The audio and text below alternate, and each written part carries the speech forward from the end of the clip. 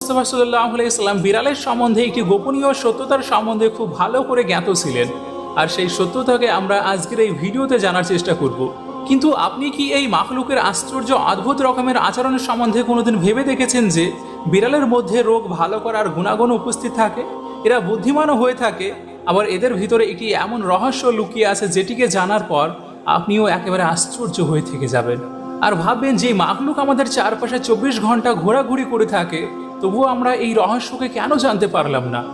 এই ভিডিওতে আমরা বিড়ালের সঙ্গে জুড়ে থাকা কয়েকটি রহস্যের সম্বন্ধে একেবারে নিখুঁতভাবে জানার চেষ্টা করব, আর এটিও জানবো যে বিড়ালকে হযরত আদম আলাইহিস সালামের পরই কেন সৃষ্টি করা হয়েছিল।